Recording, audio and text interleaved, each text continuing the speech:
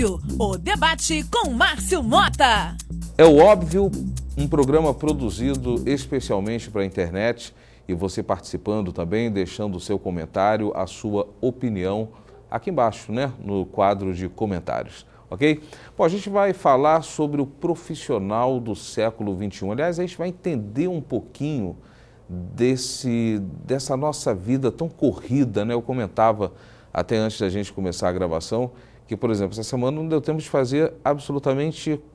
Deu tempo de fazer tudo, mas ao mesmo tempo não deu tempo de fazer nada. Você chega ao final da semana, né? Ou ao início da semana, lembrando da semana que passou, eu fiz muita coisa, mas eu fiquei ainda deixando muito a desejar. E essa correria, essa falta de tempo para você mesmo, isso acaba provocando situações que você às vezes nem imagina, né?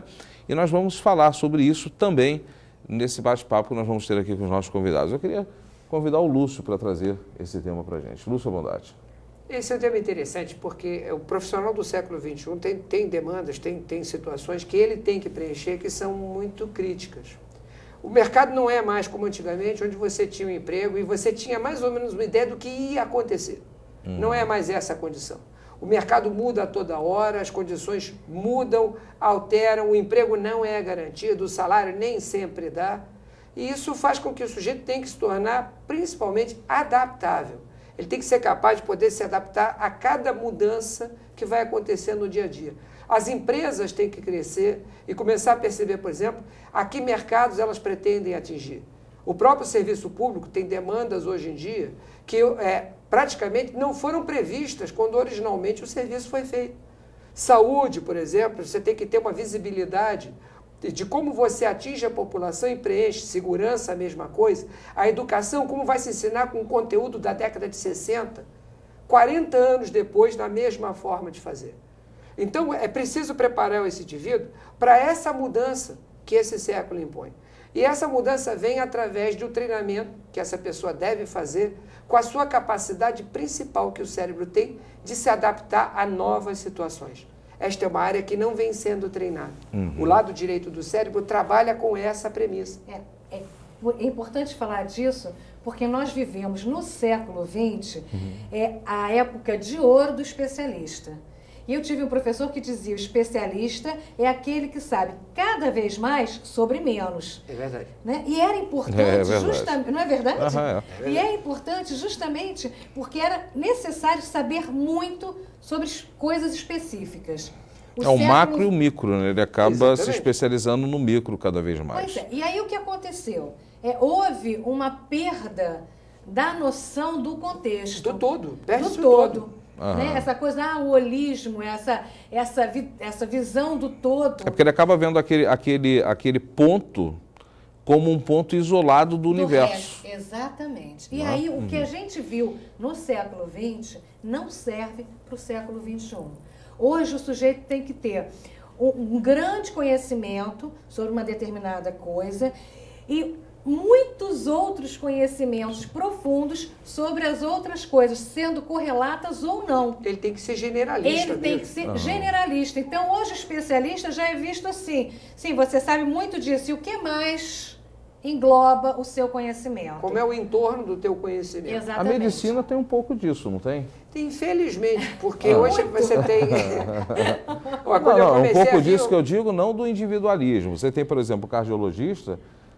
E você tem um clínico geral, mas todo mundo tem de clínico geral um pouco, ou não?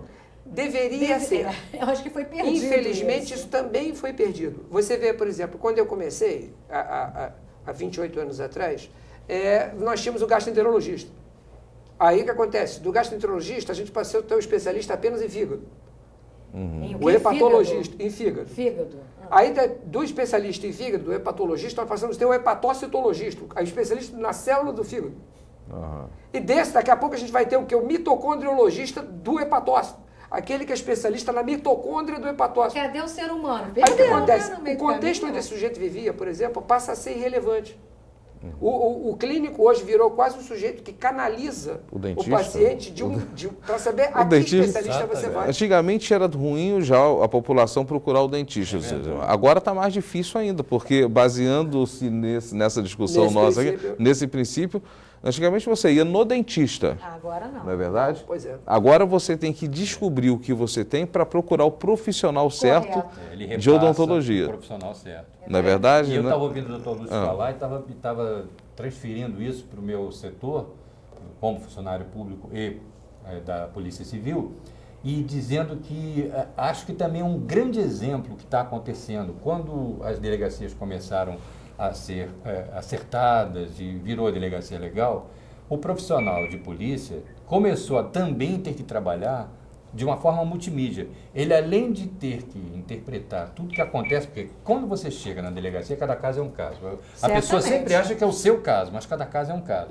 Quando ele chega na delegacia, você tem que primeiro interpretar as coisas que ele está dizendo, tentar fluir um pouco da veracidade daquilo e, em seguida, atuar. A par disso, você tem a documentação que gera a partir da chegada da pessoa. E isso está acontecendo no Brasil inteiro, porque hoje em dia você só acompanha processo por computador.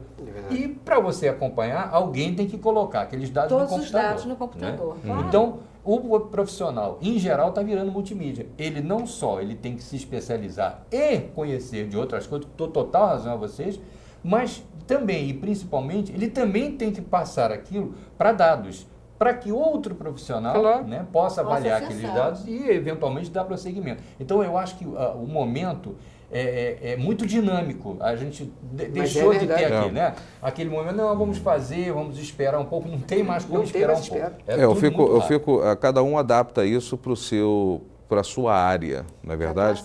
Né? Eu fico imaginando e eu fico lembrando da quantidade de profissionais que pararam, e o doutor Zé Mário também, que é um radialista, todos aqui, de certa forma, são envolvidos com rádio e TV, com comunicação. Agora, a quantidade de profissionais de sonoplastia, excelentes profissionais que pararam no mercado, ficaram esquecidos, ficaram para trás, porque quando chegou a informática, não é?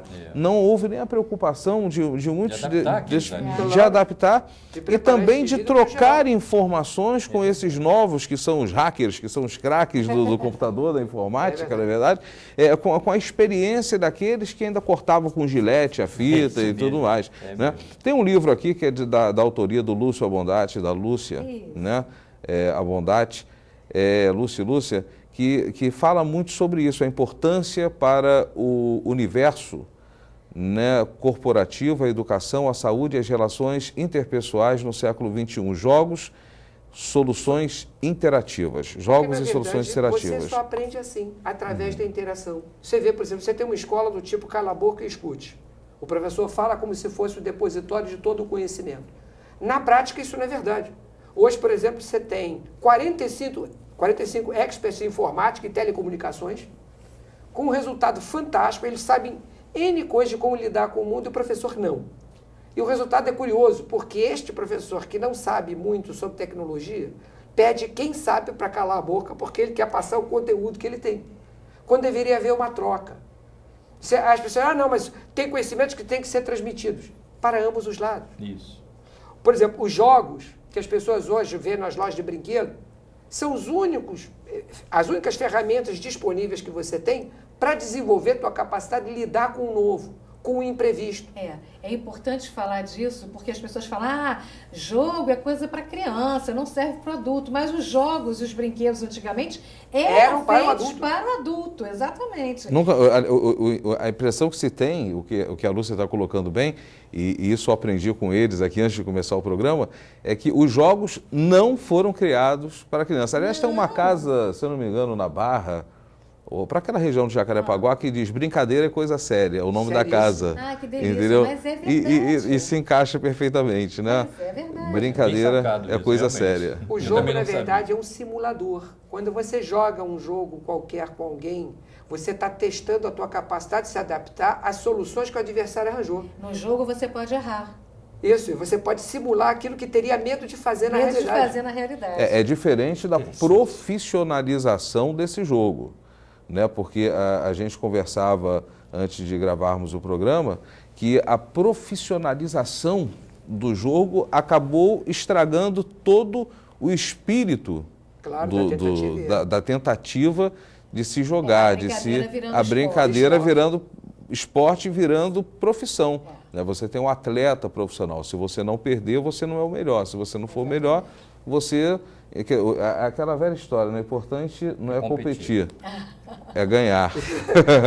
Essa é a mudança. Essa é a mudança, né? Porque o original seria, o importante não é competir, é participar, né? Que seria realmente a grande brincadeira. Esse é óbvio, o nosso debate pela internet, você participando, deixando a sua opinião, e está aí recomendado pela editora Quality Mark, jogos e soluções interativas, a sua importância para o universo corporativo, a educação e saúde, a saúde e as relações interpessoais do século XXI, de Lúcio e Lúcia Bondade. Continue com a gente.